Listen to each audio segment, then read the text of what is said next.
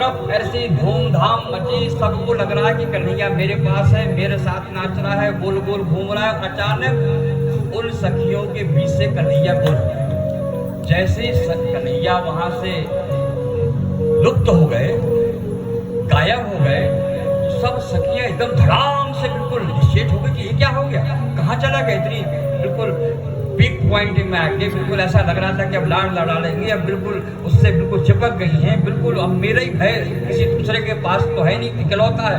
सब सखियां ऐसे गोल गोल घूम करके बिल्कुल अंतः मन से ऐसा लगा, अहंकार और स्वार्थ में आ गई कि बस मेरे पास, बाकी सब ऐसे ही डोल रही, सब एक दूसरे को देखती हैं और सब अपने आप में इतनी अलमस्त अहंग में भर गई कि कन्हैया एकदम से वहां से लुप्त हुए, जैसे कि सबके हाथ खाली हो गए, जो अपने आप को समेट रही थी, सब अपने आप को बड़ा आनंद अनुभव कर रहे थे। सब एकदम से एक दूसरे को देखे, तेरे सबने कहा कि किसी के पास नहीं है भाई, कहीं नहीं है कन्हैया, दिख ही नहीं रहा, कहाँ भाग गया, कहाँ गोल हो गया, ये तो बड़ा छलिया है। आधी रात 1:30 बज गए बहन, 1:30 बजे रात। जैसे ही कन्हैया वहां से अंतर ध्यान हो गए, तो सब सखियां देख करके और वे में तया चमत्कारा आत्मो रामो वखंडितः, सबके हृदय को, दिल को खंडित कर दिया, चूर्ण कर दिया। ये तो बड़ा छलिया है, ये तो बड़ा धोखेबाज निकला। सब सखियां बड़ी विचलित हो गई, आधी रात में हम न घर की न घाट की, और ये इसने हमें बुलाया, आमंत्रण निमंत्रण किया और यही भाग गया। और तभी कुछ जो सखियां थी उन्हें देखा कि देखो तो ये पैर के चिन्ह बने हैं, जो ब्रज की रज है ना, यहीं हम सब नाच रही थी, कूद रही थी, तो यहीं से कहीं गया लगता है, देखो उसके पैर के चिन्ह दिख रहे हैं, यहाँ से भागा है। तो सब सखियां जो है पैर की जो धूल में चिन्ह बने थे, उन चिन्हों को देखते हुए आगे बढ़ी। जैसे ही आगे बढ़ी तो कहीं अरे हे भगवान, अकेले नहीं भागा, किसी को लेके भागा है। अकेले नहीं गया, कोई इसको लेके भाग गई। तो ज्यादा प्यार कर रही थी जो इसको लेके भाग गई। अब कोई भी स्त्री हो, कोई भी महिला हो, तो जिससे प्रेम कर रही, तो तब तो उनकी आत्मदाह होती कि हे भगवान, ये कौन सी हमारी सौतन आ गई कि हमारे लाडले को, हमारे प्यारे को जो है भगा के ले गई। और तब उस पद चिन्हों को देखते हुए, उनको ढूंढते ढूंढते जब आगे गई, तो उन्होंने बाकायदा देखा कि एक लड़की के पैर बने हैं चिन्ह, और फिर पीछे पीछे कन्हैया जैसे कोई घसीट रहा हो, ऐसे उसके भी पैर बने। हे भगवान, ये कौन माननीय है, कौन परम इनकी प्रेमिका है, जो कि हमारे लाडले को ऐसे समय पर उठा के ले गई। और तब जैसे भगवान राम जब सीता के हरण होने पर, जैसे यहाँ पर तो पति का हरण, वहाँ तो पत्नी का हरण हुआ तो जब जैसे भगवान राम सीता के हरण होने पर घर घर जंगल में कभी पेड़ से पूछते हैं, कभी पौधों से पूछते हैं, कभी कदम्ब से पूछते हैं, और इतने विफल हो गए थे कि खरगोश से, मृग से, वहां से हिरण से पूछ रहे हैं कि हे खग मृग हे मधुकर श्रेणी, हे खग हे मृग, क्या तुम देखी सीता मृग नैनी, क्या तुमने सीता को देखा है। आज यहाँ पर ये सखियां, ये यहाँ पर तुलसी के पौधे से, पीपल के वृक्ष से, बड़ से, इनसे पूछ रही हैं कि क्या तुमने हमारे लाडले को देखा, हमारे प्यारे को देखा, कन्हैया को देखा। और तभी वो सखियां बार बार जब वो रेत में बने हुए पद चिन्हों को देखते हुए जा रही थी, तब अचानक देखी कि देखो बीच जंगल तक तो वो लड़की जो है लाई, और फिर अचानक देखा उन्होंने यहाँ पर जो है उसके पैर नहीं दिख रहे दूसरी के, यहाँ तो अकेले पैर, और ये अकेले भी जो पैर के चिन्ह हैं बड़े दबे हुए हैं, गहरे हैं। जो धूल है उस धूल में अभी तक तो पैर हल्के हल्के थे, यहाँ पर पैर थोड़ी से वजनदार गड्ढा बन गया। और वो देखो सखियों की मानसिक जो चिंतन होता है ना प्रेम में, विरह में, वही मानसिक चिंतन चल रहा। ये कहती देख रहे, असल में हुआ ये होगा, जिसके चक्कर में भागा मतलब उसका तो लट्टू हो गया ही, तो वो अब अपने उंगली में नचा रही होगी। और उंगली में नचा क्या रही होगी, ये वाले पैर तो देख, यहाँ पर उस लड़की के पैर नहीं दिख रहे, बोले हाँ यहाँ तो नहीं दिख रहे हैं। वो जरूर वो बोली होगी मैं थक गई हूँ, अब मेरे को ऊपर चढ़ाओ। तभी तो कन्हैया नीचे बैठा होगा और वो ऊपर चढ़ी होगी तो इसके पैर दब गए हैं। गजब की कल्पना है यहाँ पर। और तब तद्गुणान एवं गायन्तु नात्मा गरिमाणम, स्मार कहा गरिमाणम को, जो गड्ढे बन गए हैं पैरों के पंजों के, निश्चित ही गरिमाणम, वो अभिमानिनी जो है कंधे में बैठ गई होगी। और कन्हैया को ढूंढते ढूंढते सबकी सब विफल हो गई। अचानक आधे पौने घंटे बाद कदम्ब के पेड़ से झुनझुन और झुनझुन की आवाज आई। कन्हैया नीचे उतरे।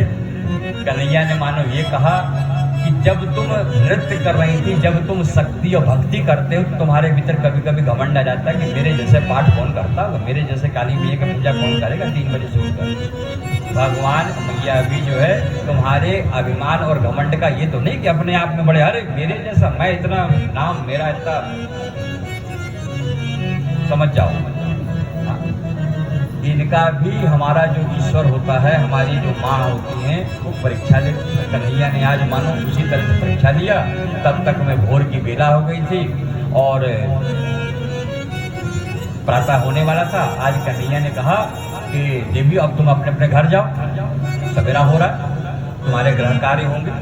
और तभी गोपियों ने कहा कि भैया जब हम घर से निकल रही थी तो हमारे सास ने, ससुर ने, पतियों ने हमसे कहा था कि तुम उस कड़ुआ के पास जा रहे हो, पर पुरुष के पास जा रही हो, और अब तुम घर लौट के मत आओ। तुम घर आओगे तो हम तुम्हें घर से बेदखल कर देंगे, टांग तोड़ देंगे। हम घर कैसे जाएं? बिल्कुल वही जो कल आपने जैसे ब्राह्मण पत्नियों के साथ की कहानी सुनी थी, ठीक वैसे ही कन्हैया ने उन्हें समझाया है। देखो, जब कोई, एक तो भगवान की तरफ कोई जाता नहीं दरबार, और जब कोई जाना शुरू करता है तो पहले लोग रोकते हैं, होता कि नहीं, अरे इतना मत जाओ मंदिर की, तो बिल्कुल दिन भर वही मंदिर में घुसे रहो, जब देखो तब पूजा। घर वाले रोकते कि नहीं, और जब नहीं जाता तो कहते घर, तुम्हें बिल्कुल ये नहीं कि शाम सुबह चले जाओ 2 मिनट के लिए, जाते जाते प्रणाम करके जाया करो भैया। और जब ज्यादा जाने लग जाए तो फिर हे भाव इतना थोड़ी जाना चाहिए कि तुम वहीं जाके झाड़ू पोछा करो, वहीं जाके तुम आओ नहीं, बिल्कुल रमे रहते हो वहाँ।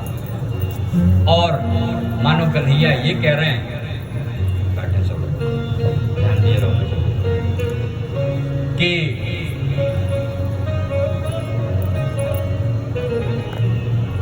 भगवान की सेवा अपनी निष्ठा के साथ, अपने श्रद्धा के साथ, आस्था के साथ, समर्पण के साथ हो, लेकिन जो तुम्हें कर्तव्य है, तुम्हारा घर गृहस्थी, पहला ध्यान वो भी पूजा है। वहाँ भी जो तुम्हारे छोटे छोटे घर में बाल बच्चे हैं, वो कन्हैया और राधा रानी के रूप में उनकी सेवा करना। वो जो पति तुम्हें मिले हैं, वो उनकी ही कृपा से तुम्हें जो सौभाग्य के प्राप्त हुए। अर्थ ये कि पहली पूजा हमारी घर गृहस्थी है, उसके साथ उनका आशीर्वाद कृपा बनी रहे।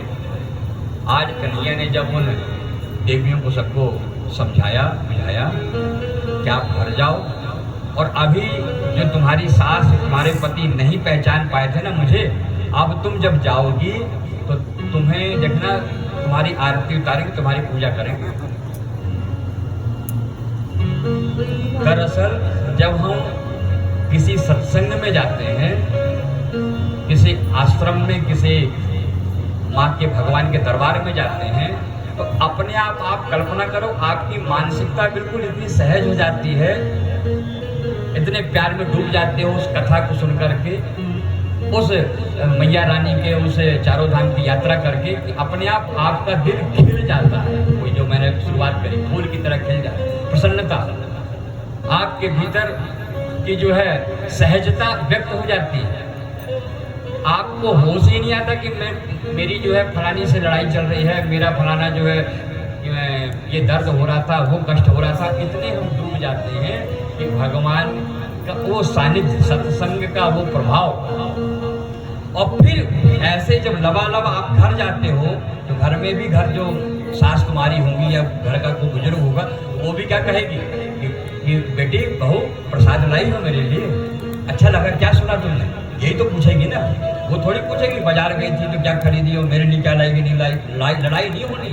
ये एक जब इतने हल्के फुल्के ढंग से कोई सत्संग से उठ के घर जाता है तो घर में प्रसन्नता होती कि मम्मी आई, मम्मी प्रसाद लाई होगी, मम्मी आई, मम्मी कैसा लगा, और फिर तुम भी जाके कुछ जो तुम्हें अच्छा लगा सुनाते हो घर में कि आज हमने एक नई चीज सुनी, आज एक बहुत बढ़िया बात आई, तो वहां भी ऑटोमेटिक सत्संग की धारा चालू है बहन। ये जो धारा चालू होती है, यही धारा धारा धारा राधा बन जाती है, राधा की तरह प्रकट होती है, योग माया की तरह। आज उन सखियों ने देखा कि किसके कहने पर भगवान गए तो गए कहाँ थे, चलो ठीक है तुम्हारे कहने पर हम घर चली जाती। जब घर गई बिल्कुल वही बात, कोई कितना भी सहज घर से आया हो और ब्यूटी पार्लर जाए, और ब्यूटी पार्लर से जब घर जाओ सब लोग अरे वाह कितनी सुंदर लग रही है, यही होगा कि नहीं होगा। ऐसे ही सत्संग भी हमारे मन का ब्यूटी पार्लर है। इतनी पसंद है जो तुम हंस रही हो, ठुमक रही हो, मटक रही हो तो मस्ती आ रही है। ठीक ऐसे ही जब कन्हैया के साथ महाराज हुआ, कन्हैया का संग और अंग का वर्धन हुआ, संग भी मिला और अंग भी मिला, उनके साथ लिपटी तो उनकी जो ऊर्जा है, उनके जो अंदर की जो बैड इफेक्ट वाले जो विकार थे खत्म हो गए, भगवान ने उनको स्वीकार कर लिया।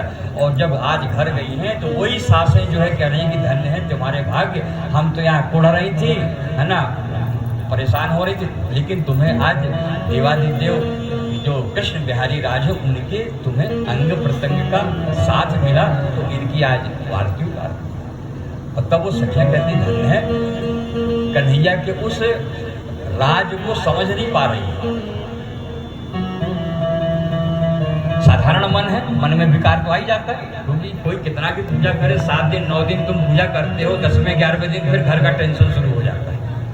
भले ही तुम 9 दिन उपास रहो बिल्कुल बड़े नियम से, और जैसे ही तुम्हारा पारायण हुआ भैया भैया भैया जब बुलाएंगे तब उपवास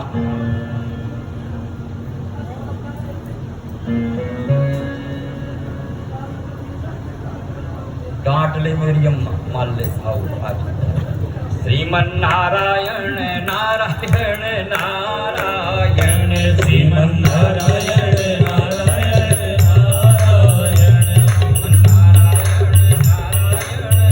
नारायण श्रीमन नारायण नारायण नारायण श्रीमन नारायण नारायण नारायण श्रीमन नारायण नारायण नारायण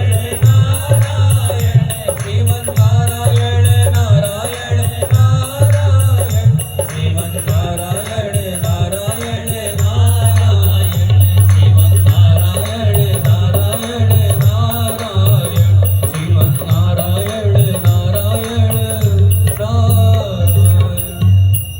ये देखो आ गई ना मैया हमारी, ऐसे ही कन्हैया को भी डांट डांट के मैया जो है लाड़ करती है।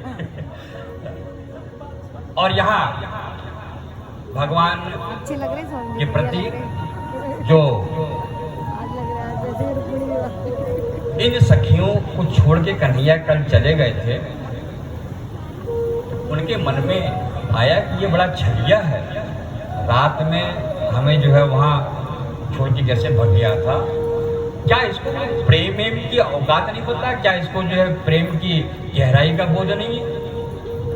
हमारे मन को इसने छला रुलाया, और फिर दूसरे दिन कन्हैया को उन्होंने सोचा कि इसको पकड़ेंगी, डांटेंगी कि कहीं दोबारा यदि इसने हमारे साथ में ऐसा छल किया, ऐसा दुर्व्यवहार किया, तो अब हम इससे कट्टी कर लेंगे, अब हम इसके बुलावे में, इसके छलावे में नहीं जाएंगे।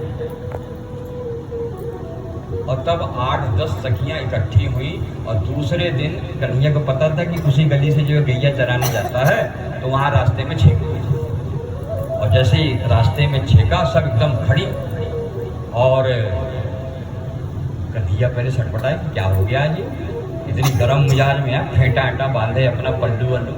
और आज सखियों ने कहा कि तुरे कन्हैया तेरे को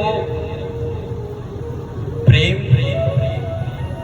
तेरे को व्यवहार निभाना नहीं आता क्या, तेरे को पता है प्रेम क्या होता है। बुला तो लिया कब तूने बंसी बजा करके, और तूने आमंत्रण दे दिया कि हाँ सरदूत प्रफुल्लो शशिरित्वाः पूर्णिमायां चंद्रमा की रात में बुलाया, नाच कुछ देर और फिर उसके बाद छोड़ के चला गया। मालूम है जो स्त्रियां होती हैं, जो स्त्री तत्व होता है कितना ज़्यादा एकदम विचलित हो जाता है कि बिल्कुल अंतिम क्षण में तो छोड़ के भाग गया हमको, जब हम बिल्कुल प्रेम हमारे रस टपकने वाला था।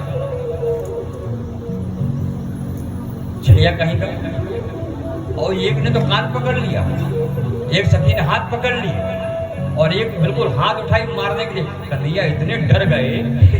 और वो सखियां वहां पर जब डांटती भी हैं, सखियां जो दुखी भी होती हैं, तो ध्यान रखना कि हम लोग दुखी होते हैं तो रोते हैं, चीखते हैं, चिल्लाते हैं, लेकिन सखियां जो रो भी रही हैं तो वो उसका नाम यहाँ पर दिया है गोपी गीत। गोपियां गीत में रो रही हैं, डांट रही हैं। जयति तेधिकं जन्मना प्रजा श्रयति इंदिरा शाश्वतत्रयी। जयति तेधिकं जन्मना प्रजा श्रयति इंदिरा शाश्वतत्रयी। जयति दक्षतां दिक्षुतावता जयति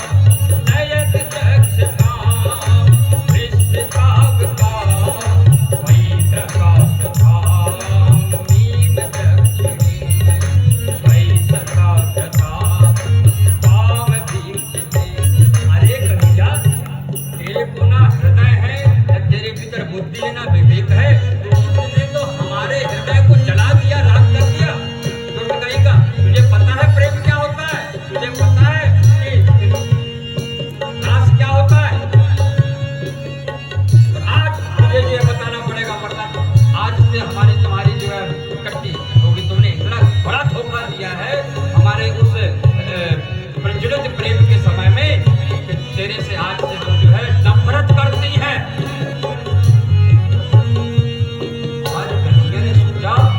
जब से मैंने जन्म लिया, पैदा हुआ, तब से लेकर के आज 7 वर्ष की अवस्था तक इन सखियों ने मुझसे ऐसे कड़े शब्दों में कभी बात नहीं किया, कभी मुझे डांटा नहीं है, कभी मुझे नफरत नहीं किया।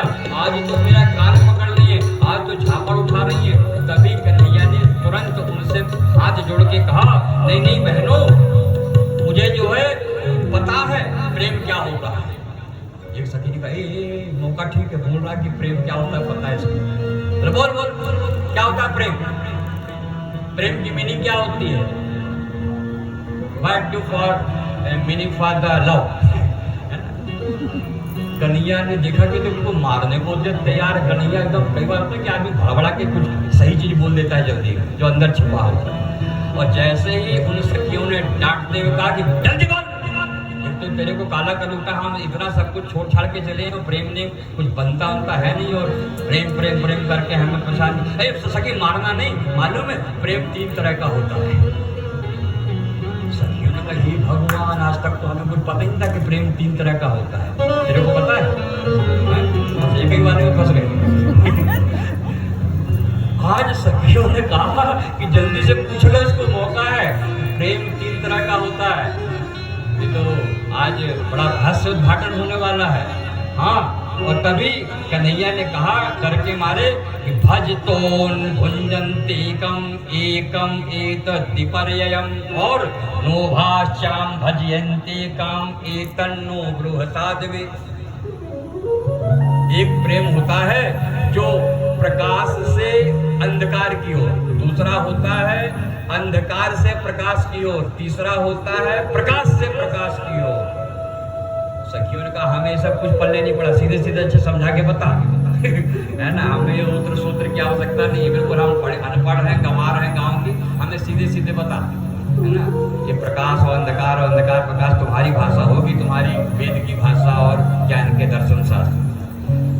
कन्हैया ने कहा, जो प्रेम करने वाले से प्रेम करता है, जो प्रेम ना करने वाले से प्रेम करता, जो प्रेम नहीं, जो गाली दे तब भी प्रेम करता है। कन्हैया तो मैडमों ने कहा, हमें फिर भी नहीं पता, तो पहले पूरा समझा अच्छे से, उदाहरण देकर समझे।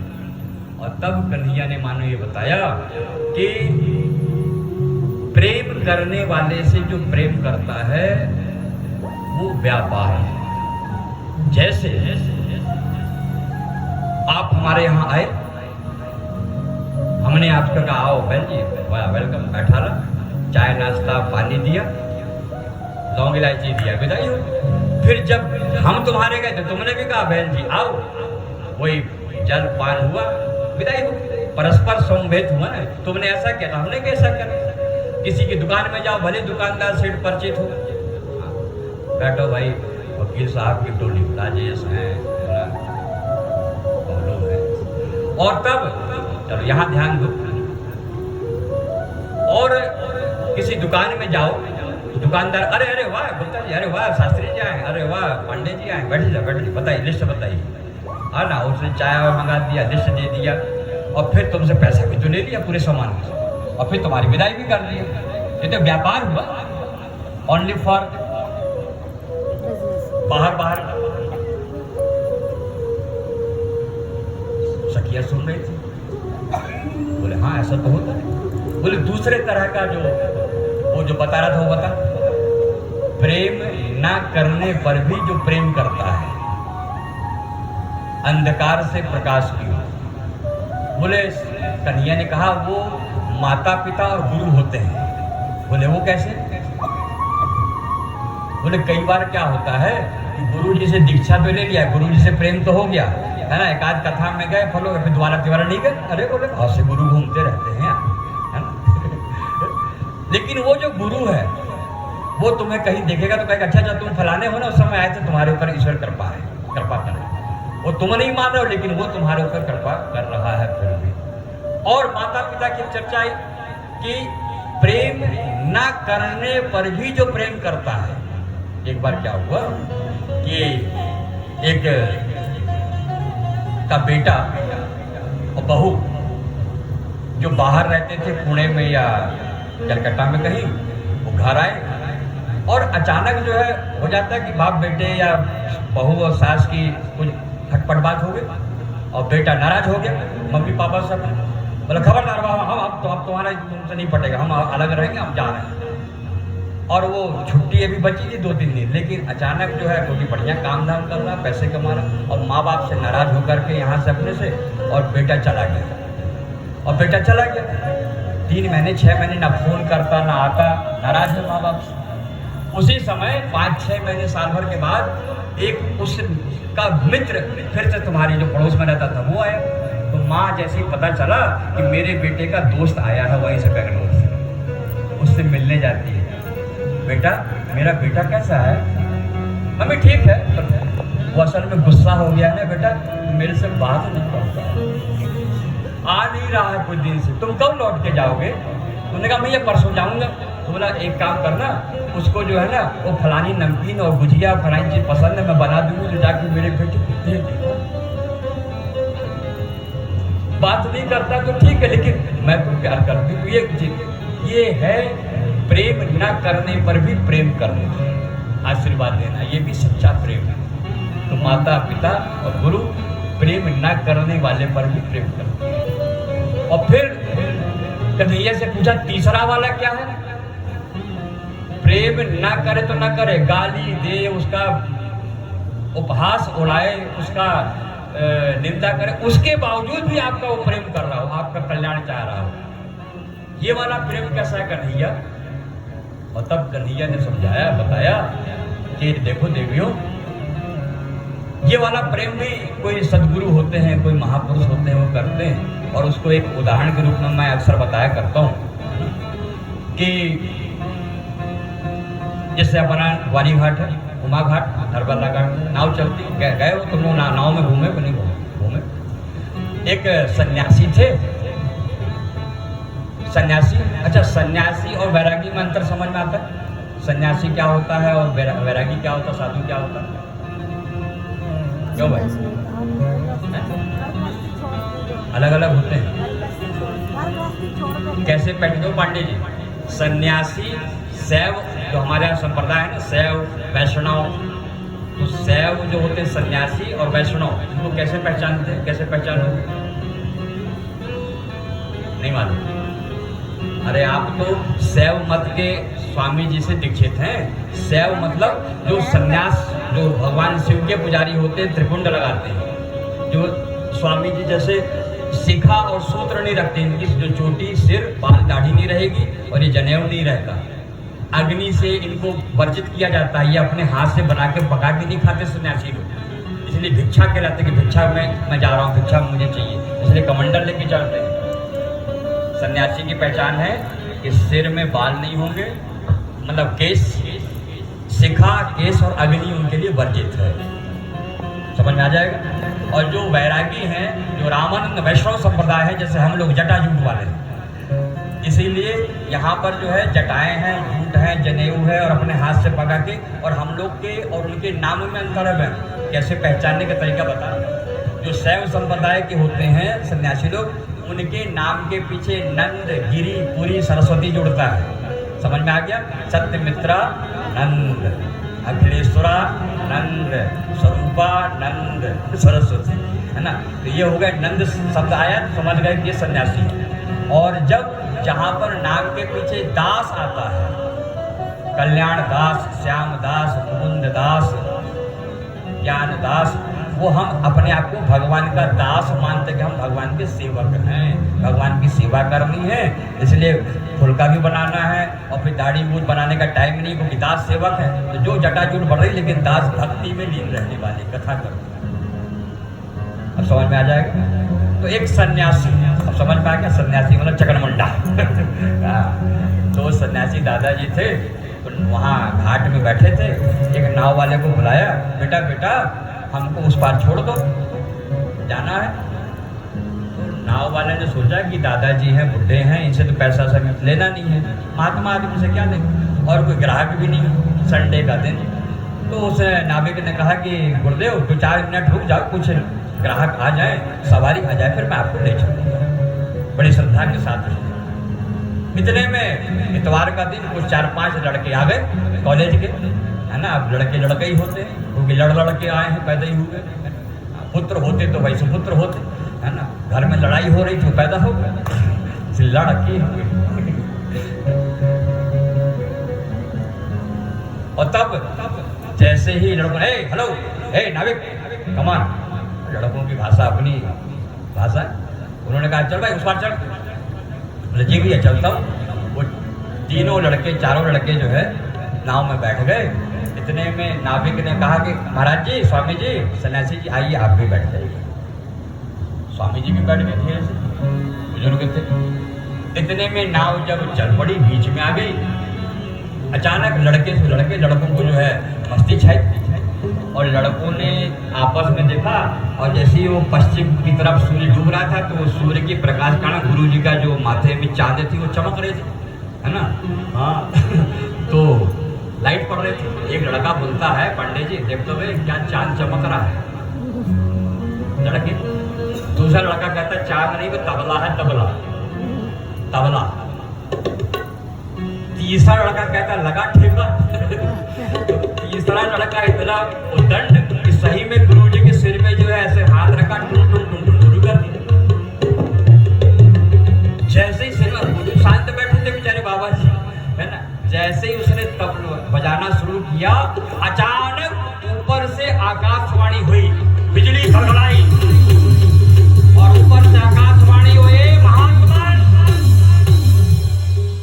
ये उद्दंड दुष्ट लड़के तेरा उपहास उड़ा रहे हैं, तू कहा तो अभी नाव पलट दूं। तुरंत बाबा जी ने हाथ जोड़े, मेरे मालिक, मेरे प्रभु, मेरे ईश्वर, नाव मत पलटना, ये बच्चे अबोध हैं, पलटना ही हो तो इनकी बुद्धि पलट देना, ये बच्चे ना जल्दी जाते। ये है तीसरे तरह का प्यार। उद्दंडता करने के बाद, गाली देने के बाद भी जो तुम्हारा उपकार करे, तुम्हारा कल्याण करना चाहे, ये तीसरे तरह के प्रेमी होते हैं। और ऐसा आगे आकर के ना परियम न विद्यस्तम स्वार्थ का विवतावृता, और आगे चल करके ब्रज में सभी सखियां आनंद मना रही थी। यहाँ पर मैत्रेय जी विदुर जी को बताते हैं कि अचानक उसी समय वहाँ एक महाशिवरात्रि का पर्व का उत्सव आया।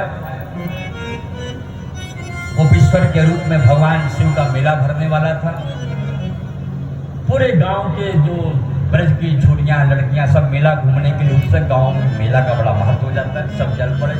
और उसी समय उस दुष्ट कंस ने देखा कि अभी तक इस कन्हैया का मैं बाल विवाह का नहीं कर पाया हूँ, तब उसने एक अरिष्टासुर नामक बैल उसको नंदी बना के भेज दिया कि सब लोग शंकर जी के चक्कर में नंदी नंदी पूजेंगे।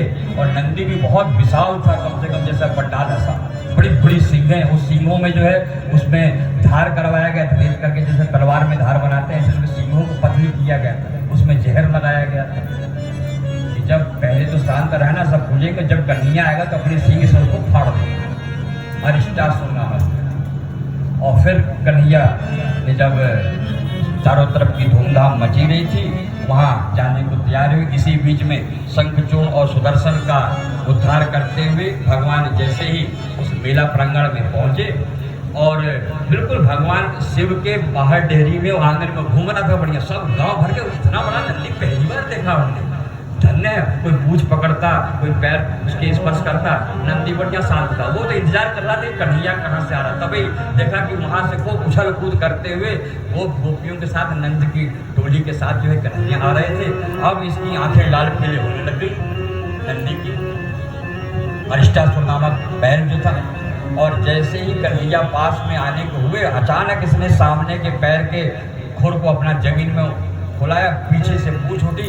बलराम ने कहा कन्हैया सावधान, तू दरवाजे के पास देख देख देख नंदी। कन्हैया ने भी नंदी को देखा, जितने उनके सखा थे मनसुखा अरिष्ट सब सब सब बच्चे कन्हैया को कन्हैया कन्हैया बचना। और तभी बड़ी जोर से उसने पूछ रहा कि ऐसा जोर से मारने का प्रयास किया दौड़ लगा करके इस नंदी ने कि कन्हैया इतने सतर्क हो गए थे, जैसे ही वो पास में आया उसके दोनों के दोनों सींग पकड़ लिया और दोनों सींग पकड़ करके कृष्णे कृष्ण कृष्णे ते सर्वम गोविंदम शरणम प्रभो गृहीत्वा योस्तम अष्टादश मुदानीति। और कन्हैया ने 18 पग उसको पीछे ढकेल दिया, उल्टा कर दिया, 18 कदम पीछे, 18 पदासी। और कन्हैया ने जैसे ही पीछे खींचा, अब तो उस और जो बैल था क्रोधित हुआ इतने में पीछे से बलराम ने उसकी पूंछ पकड़ी। कन्हैया ने उसके सींग तो पकड़े हुए थे, उसके सींग को उखाड़ा है और वह उल्टा उसको जो है उसी के सींग से तलवार की तरह भोंक भोंक करके भाला से उस अरिष्टासुर को मुक्त हुआ है। अरिष्टे निहितम दत्ते कृष्णानाभूत कर्मणा कंसानाथाम भगवान नारदो देन दर्शनः। और इस तरह से क्रम से भगवान ने कभी धेनुकासुर, कभी ये अघासुर, कभी बकासुर, कभी आज इस अरिष्टासुर, शंख चरण चूर्ण सुदर्शन सबको मुक्त करते रह गए। अचानक एक दिन नारद जी को लगा कि जो मैं अपने चेले को ज्ञान देने गया था, जिस दिन ध्यान से सुनो तो याद आएगा, जिस दिन वसुदेव और देवकी का पहला बेटा हुआ था और देने गए थे वसुदेव जी, अब कंस ने मना कर दिया था कि नहीं नहीं, वो तो 8वें गर्भ की घोषणा हुई थी, अष्टमो गर्भो धनतायाम बुधिया, अष्टमो गर्भ, और वसुदेव छोड़ दिए थे। तब तुरंत पीछे से गुरुजी पहुंच गए थे। गुरुजी भी कभी कभी स्पेशल गुरु अलग से होते हैं, नारद जैसा गुरु है ना। नारद जी विश्व के ऐसे गुरु हैं जिनके मात्र 4 चेले हैं, जो दुनिया के सबसे बूढ़े 2 और सबसे छोटे 2 चेले, ध्रुव और प्रहलाद नारद जी के चेले हैं। और ऐसे ही जो व्यास जी कला को बताते मंत्र के रूप में चतुर्श्लोकी भागवत उनको दिया था कि आप गुरु मंत्र के रूप में तुम्हें चतुर्श्लोकी भागवत दे रहा हूं, इसका विस्तार कर दो अवश्य। ऐसे तो आज नारद जी जब वहां पहुंचे और नारद जी ने कहा कि मैं इतने दिनों से देख रहा हूं जब वो कन्हैया जन्म लिया, कहीं पता चला तो 6 दिन से उसको मारने के लिए यत्न कर रहा है। आज 7-8 साल हो गए, कार्यक्रम हो गया होगा क्या? कंस ने कहा कहाँ गुरुदेव, बड़े स्थिति खराब है हमारी। क्या हो गया भाई? अरे बोले जितने अच्छे पहलवान थे, मायावी थे, जादू टोना, सब वहाँ मैंने भेजा, बट लौट के जो है अपडेट पता ही नहीं चला कि कहाँ घुस जाते हैं, दब जाते हैं, है ना। ये सक्टासुर, तृणावर्त, है ना, जितने भी नाम आपने सुने अभी तक, पूतना पता ही नहीं चला कहाँ चले गए। हमारे मंत्रिमंडल में हमारे जो रक्षा कोष क्षेत्र है, सब आजकल ढीले पूरे लोग हैं वहाँ पर। नारद ने कहा तू है एक नंबर का मूर्ख। मूर्ख की परिभाषा पता है? हाँ, तो जो दूसरों के फूकने पर, संख और मूर्ख दूसरों के बोलने पर ही बचते हैं। आज नारद की जब भाषा सुना कंस ने कहा भाई गुरुदेव आप ज्ञान दीजिए, क्या कर?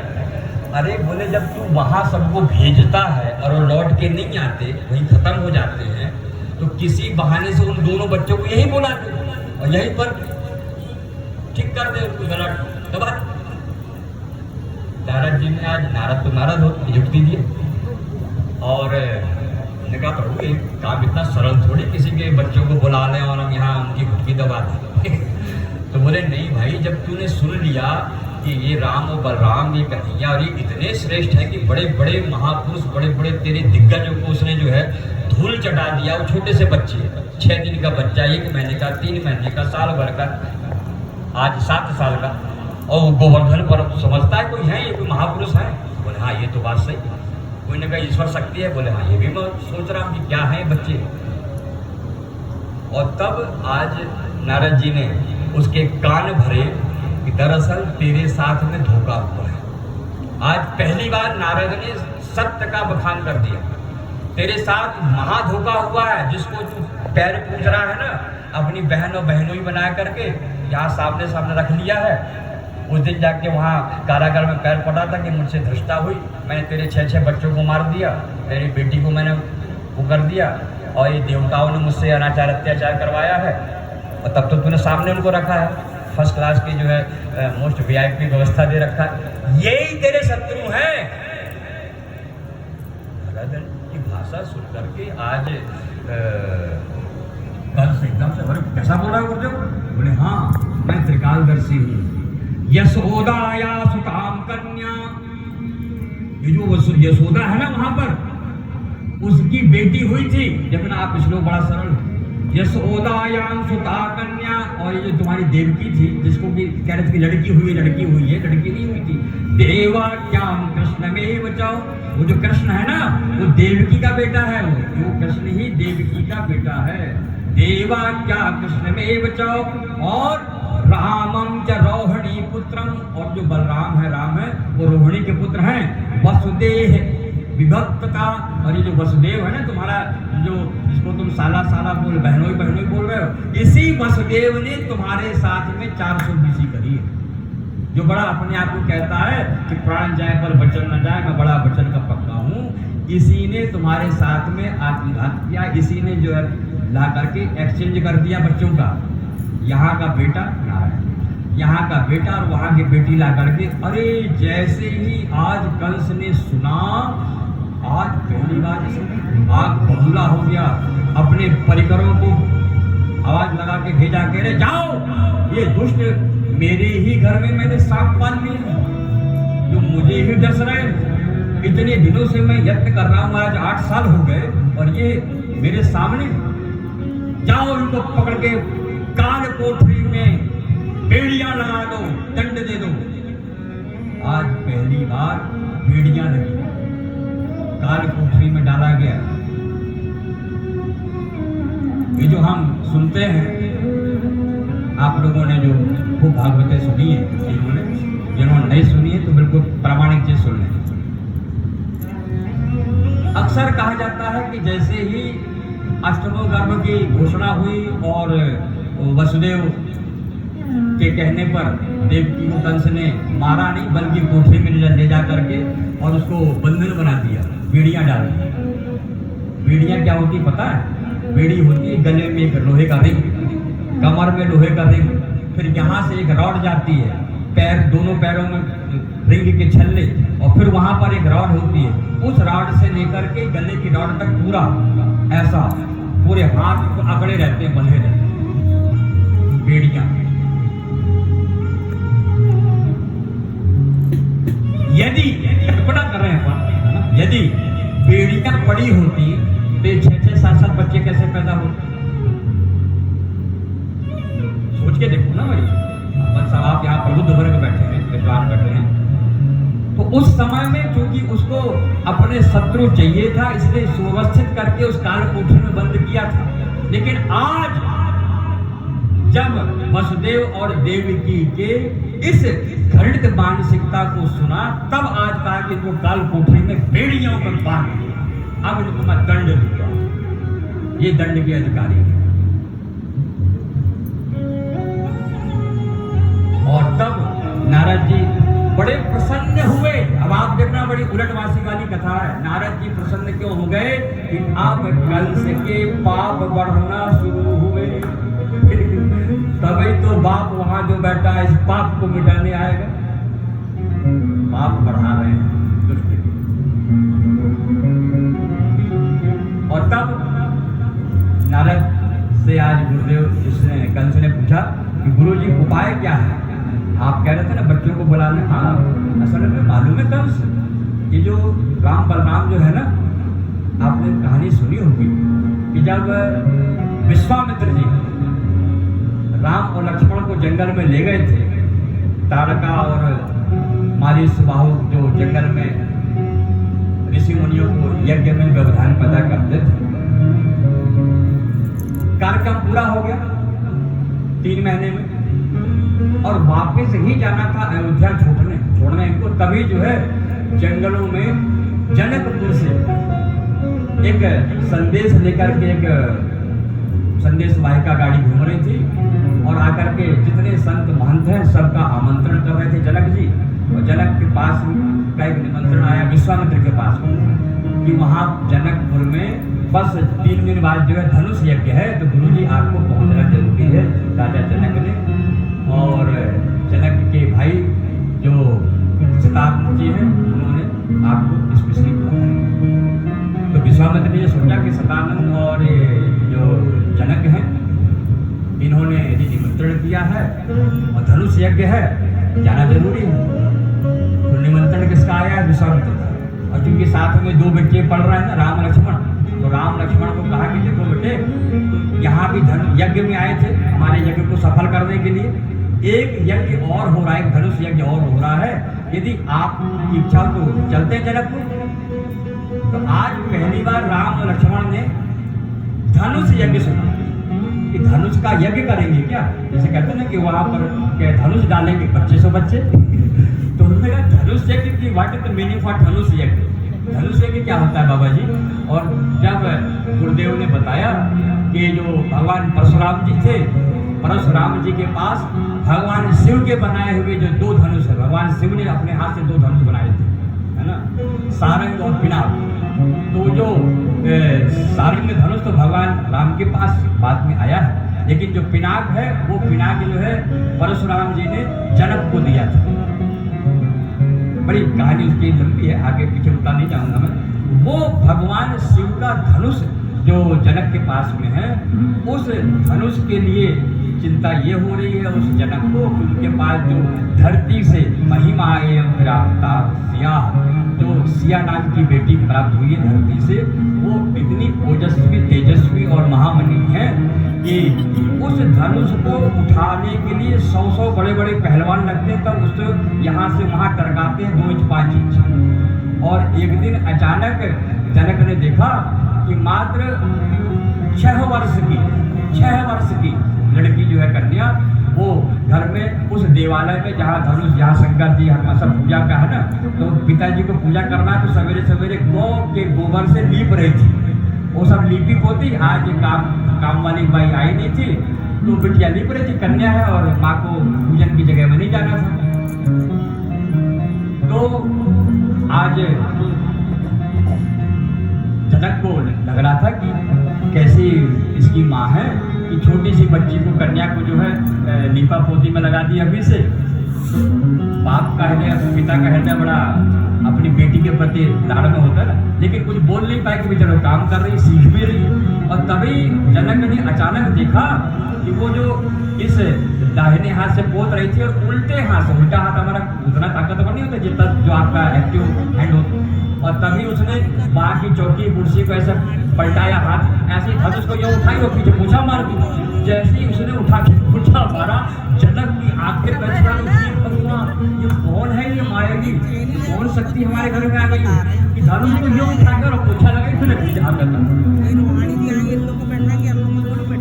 आज तक जनक उस धनुष को टस से मस नहीं कर पाए। तब जनक ने संकल्प ले लिया था, ये यज्ञ फॉर अनुष्ठान, यज्ञ फॉर संकल्प, जैसे व्रत कहते हैं, व्रत और उपवास एक ही, व्रत या उपवास एक ही है कि नहीं? हाँ, लेकिन व्रत का अर्थ होता है संकल्प। व्रत का मीनिंग है हिंदी में संकल्प, हम ऐसा संकल्प ले रहे हैं। पितामह भीष्म जो देवव्रत थे, गंगा पुत्र, आपने पहले की कहानी सुनी, देवव्रत ने प्रतिज्ञा ली, व्रत लिया कि मैं आज से जो है आजीवन ब्रह्मचर्य का पालन, ये व्रत लिया ना, संकल्प लिया। ठीक ऐसे ही आज जनक ने संकल्प ले लिया, व्रत ले लिया कि जो इस धनुष को उठाएगा और उसको प्रतिज्ञा ऐसी घुमा देगा, उसकी बेटी जब इतनी पहलवान ताकतवर योगेश्वरी है तो इसके लिए पति भी उसी का श्रेष्ठ वर चाहिए ना, श्रेष्ठ वर है ना, वर और वधू का श्रेष्ठ होने चाहिए। लेकिन इतनी विस्तार से नहीं बताया, वहाँ केवल उसकी धनुष यज्ञ की विशेषता बताई वशिष्ठ जी ने, और दोनों बच्चे तैयार हुए कि बाबा जी गुरुदेव हम भी देखेंगे धनुष यज्ञ, और यज्ञ के लिए तो आए, और दोनों के दोनों आ गए थे। वो कहानी संक्षेप में बताना चाह रहा हूँ हल्के में। आज नारद जी ने बताया कि उनको निमंत्रण नहीं था राम बलराम को, बिना निमंत्रण के भी यज्ञ का कार्यक्रम हो, अनुष्ठान का कार्यक्रम हो, आ जाते हैं। अर्थ ये, जितने श्रोता बंधु सब सुन रहे हैं, यहाँ पर यज्ञ का नियम है, जहाँ सत्संग हो रहा हो, जहाँ कथाएं हो रही हो, जहाँ पर किसी तरह का जो है धार्मिक कार्यक्रम हो, तो वहाँ पर निमंत्रण की आवश्यकता बात मत जो हो कि हमारा पांडे जी का कार्ड नहीं आया, फोटो नहीं आया, इसलिए हम नहीं जाएंगे। यज्ञ पूजन और सत्संग में बिना बुलाए जाना चाहिए, ये प्रमाण दे रहे हैं राम जी लक्ष्मण। यज्ञ सत्संग हो, यदि तुमने इंतजार किया है तो तुम पाप के भागी बन रहे। हाँ, कोई घरेलू कार्यक्रम हो रहा हो, उनका बिटिया का ब्याह होने वाला है और कोई घर में उत्सव होने, उस घरेलू कार्यक्रम में यदि तुम्हें नहीं बुलाया गया, तब तुम्हारा मान मर्दन हो रहा है, मान सम्मान की वहां पर भूख होनी चाहिए। और सत्संग के कार्यक्रम में बिना बुलाए जाने से तुम्हें पूरा का पूरा फल मिलता है। आज जब नारद जी ने उस कंस को बताया कि वहां तो बिना बुलाए गए थे राम लक्ष्मण, ये जो राम लक्ष्मण फिर से यहाँ पैदा हुए हैं, अब तुम एक काम करो, एक नाटक करो। क्या नाटक करूं गुरुदेव? तब उन्होंने कहा कि तुम भी एक प्रोग्राम करो 2-3 दिन का, तो बोलना कि यहाँ पर, और खबर भेज दो वहाँ पर कि तुम्हारे बेटे इतने होनहार, इतने बलवान, इतने पहलवान हैं कि हम मथुरा के राजाधिराज राज्योचित होकर के तुम्हारे उन दोनों पुरुषार्थी बच्चों का यहाँ पर राजोचित सम्मान करेंगे। जैसे हमारे राष्ट्रपति 26 जनवरी के दिन देश के जो छोटे छोटे बच्चे होते हैं ना, उनको 5-6 बच्चों को वो राष्ट्रपति पुरस्कार देते थे। किसी बच्चे ने किसी की अबला को बचाया, किसी की जान बचाई, छोटे से बच्चे ने धोखे से जो है किसी पकड़, ऐसे ही होता है कि नहीं होता? क्यों ना? ठीक ऐसे ही तुम भी घोषणा कर दो, तो किसी भी माँ बाप को बड़ी खुशी होती कि हमारे बच्चों का सम्मान होगा, देख भेजते हैं वहाँ को, दिल्ली जाना हो, कहीं जाना हो। और आज जो नारद जी हैं, इन्होंने जब उसके कान भरे कि तुम तो ऐसा करो, 3 दिन का कार्यक्रम रखो और बोल देना कि वहाँ पर सांस्कृतिक प्रोग्राम होगा, मनोरंजन के कार्यक्रम, रात में ऐसा होगा, रोज भंडारा होगा, और जो है खाने दिन इनको दोपहर में राष्ट्र के द्वारा जो है उसे मथुरा के द्वारा देश के राजा आएंगे, उनके सामने इनको जो है हम सम्मानित करेंगे कि हमारे राज्य गौरव।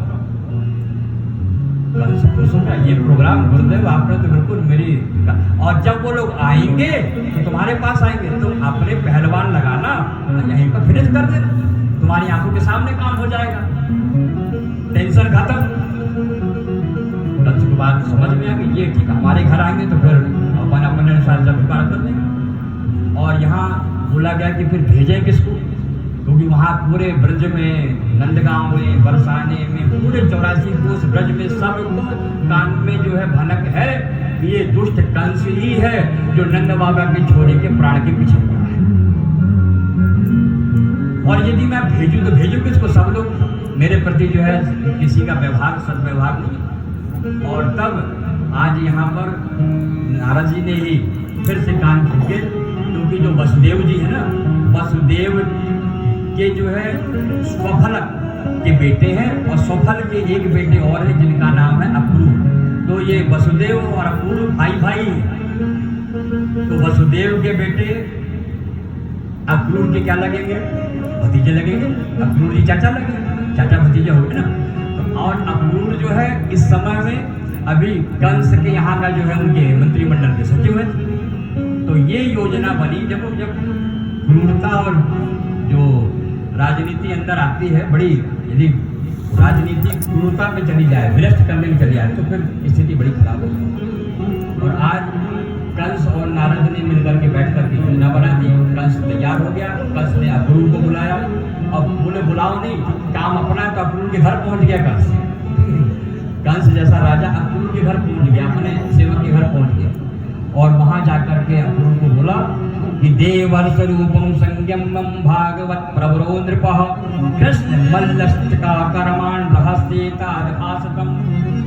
और आज उनको अपने अक्रूर को उसने स्पष्ट बता दिया कि अक्रूर जी एक काम करो, कल तुम सुबह जाओ और वृंदावन में जहाँ नंद बाबा के छोरे रह रहे हैं उनको लेकर के रथ में, मेरे रथ में ले जाओ, ले आओ। और वहाँ गांव में बता देना कि कंस ने जो है 3 दिन का महोत्सव रखा है, और उसमें सांस्कृतिक प्रोग्राम भी होंगे, नाच गाने के प्रोग्राम भी होंगे, भंडारा का, और तुम्हारे दोनों बेटों को ऐसा ऐसा राजनयिक रूप से उनका जो है सम्मान किया जाएगा। और चूंकि तुम्हारे ऊपर किसी को शंका इसलिए नहीं हो कि तुम उन बच्चों के चाचा हो, कोई दूसरा भेजते तो कहते दुष्ट आया है, पापी आया है, तो तुम उनके सगे चाचा हो।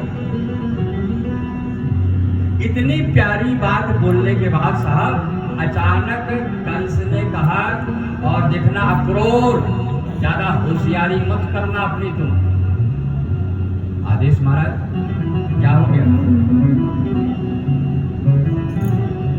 तुम ये सोच रहे होगे ना कि ये कंस जिसको मरवाने की रोज योजना बनवाता था, मंत्रिमंडल का सचिव यही था, और आज ऐसे कैसे पिघल गया? तो मैं पिघला नहीं हूँ, मैं तुम्हें अंदर की बात बताए दे रहा हूँ। मैंने अंदर से योजना बनाई है कि जब तुम कल उन दोनों तथाकथित बच्चों को लेकर के आओगे, मैं मेरे पास जो कुवलिया पीड़ नाम का हाथी है, जिस हाथी में 10,000 हाथी का बल है, उस हाथी को मैं अपने जो महावत है उनके द्वारा उसको मदिरा पात कराऊंगा और उससे कुचलवा दूंगा। यदि वो बच्चे बच गए, यदि वो बच्चे कुवलिया पीड़ से बच जाएंगे, तो मुष्टिक और जो सल है, सूल है, गण है, किसी जो मेरे बिल्कुल अंतरंग मेरे बॉडीगार्ड पहलवान, ये बड़े बड़े पहलवान 11 फुट के, इनसे मैं उनका जो है गला मसकवा दूंगा। अक्रूर तो कांप गया, ये भगवान, और मुझे बलि का बकरा बना रहे हो, मैं निमंत्रण देने जाऊं? आज कंस ने कहा मैं तुझे इसीलिए अक्षरशः सब बताए दे रहा हूं कि तुम अपनी बुद्धि का उपयोग मत करना। यदि तुमने किसी भी तरह से चतुराई, चालाकी, होशियारी दिखाई, तो मैं तुम्हारा इसी चौराहे में जहां पर देवकी के 6 बच्चों को मैंने तुम्हारा भी कर्म कर दूंगा। अक्रूर घर के ना घाट के, ना अंदर जा रही श्वास, ना भीतर नीचे उतर रही श्वास, घुटकी में रह गए। और कंसो बाता जाग्रता में मृत्यु तेन आग्रह, जैसे मृत्यु का आग्रह सुना आज अक्रूर जी ने, तो अक्रूर जी उस समय पे कुछ नहीं बोल पाए। उन्होंने कहा कि जो आदेश होंगे मालिक, ठीक है, आपके आदेशानुसार मैं कल आपके वचन को पूरा करूंगा। और कंस ने इतनी उदारता दिखाई, एक काम करो मैं दूसरा रथ मंगा लेता हूँ, मेरे इसी रथ को लेकर तुम चले जाना। कई बार अपना काम पड़ता तो अपन अपनी गाड़ी दे देते, कोई तुम चले जाओ मेरी गाड़ी ले जाओ है ना, कि कहीं ये सामने वाला बात ना बनाए कि गाड़ी नहीं है, पेट्रोल नहीं है, तो अपनी गाड़ी दे दिया, अपना कंस ने अपना वाहन दे दिया। अब अक्रूर रात में विचार करते हैं कि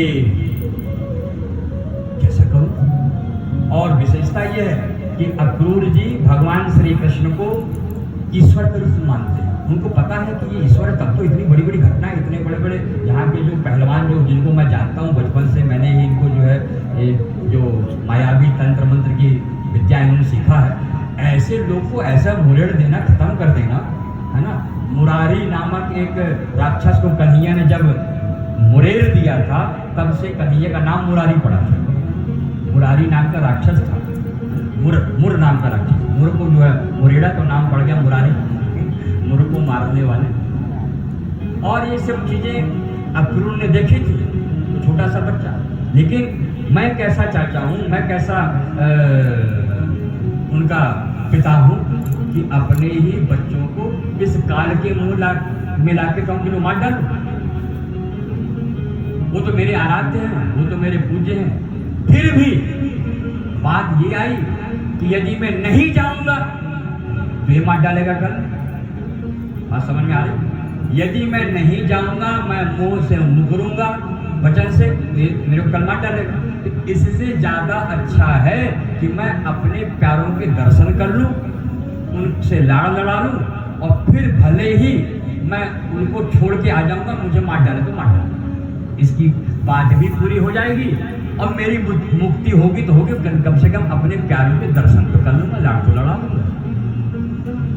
मरना तो है ही, इस पार या उस पार, उस काले नेमी की तरह। जब रावण ने कहा कि स्वर्ण का हिरण बन जाओ, उन्होंने कहा नहीं बनूंगा, अगर नहीं बनेगा तो मैं मारूंगा। तो उसने कहा ज्यादा अच्छा है कि भगवान के हाथ से मरे, दुष्ट के हाथ से मरने की बजाय रावण के हाथ से मरने। कहानी पता है राम कथा। और आज जैसे ही चल पड़े अक्रूर की चर्चा बड़ी प्यारी है, बहुत लंबी है। अक्रूर जब सुबह सुबह चल पड़े रथ में, और जाते जाते रास्ते भर चिंतन कर रहे थे कि कैसा करूंगा, क्या करूंगा, क्या बोलूंगा मैं अपने बच्चों को, कैसे कहूंगा कि मैं तुम्हें उस दुष्ट से मरवाने लाया हूं। इस चिंतन में रथ रुक जाता था, घंटों फिर एकदम से होश आता था। सुबह के चले थे, शाम हो गई, मथुरा पहुंचते बार बार उनको लगता कि चलो क्या ठीक है, दर्शन तो हो जाएंगे मेरे लाडले के, मेरे प्यारे के, वो तो ईश्वर हैं, उनसे लाड़ लड़ाऊंगा, लेकिन मैं उनको बोलूंगा क्या, वो तो भगवान है, तो भगवान को मैं भतीजा कैसे बोलूंगा, भगवान का मैं नाम कैसे लूंगा, कृष्ण के। ये चिंतन करते फिर रथ रुक गया। अचानक रथ जब चलते चलते संध्या हो गई, वो धूली बेला आ गई। अचानक अक्रूर ने देखा कि अरे यहाँ तो रोड में धूल ही धूल उड़ रही है, ये भगवान वो धूली मिला। अच्छा गैया चरा के कन्हैया लौट पड़े लगता है, अभी अभी खिड़का गया है, अभी तक गाय बैल यहाँ से गए, एकदम धूल ही धूल उड़ रही थी। अचानक जो है रथ में बैठे बैठे नजर पड़ी जमीन में, कि जमीन में जो है गाय